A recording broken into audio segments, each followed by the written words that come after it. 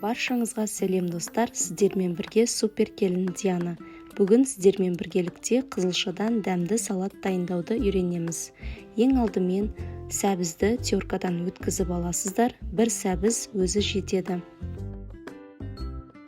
Екінші кезекте көк алманы да теркадан өткізіп аласыздар. Қызылшаны пісірмейсіздер, яғни шикідей теркадан өткізіп аламыз.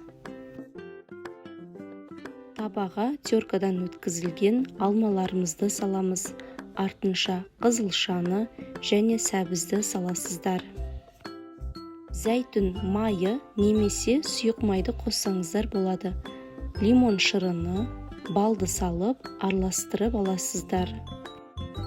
Көріп тұрғандарыңыздай салат тез дайын болады, әрі дәмі де өте керемет болады. Дене бітіміне және денсаулығына қатты мән беретін қыз-келіншектер үшін таптырмас рецепт. Небәрі 3-ақ ингредиенттен тұратын, тез дайын болатын салатты сіздер де жасап көріңіздер. Сіздермен бірге болған супер келін Диана, каналға тіркеліп қойыңыз.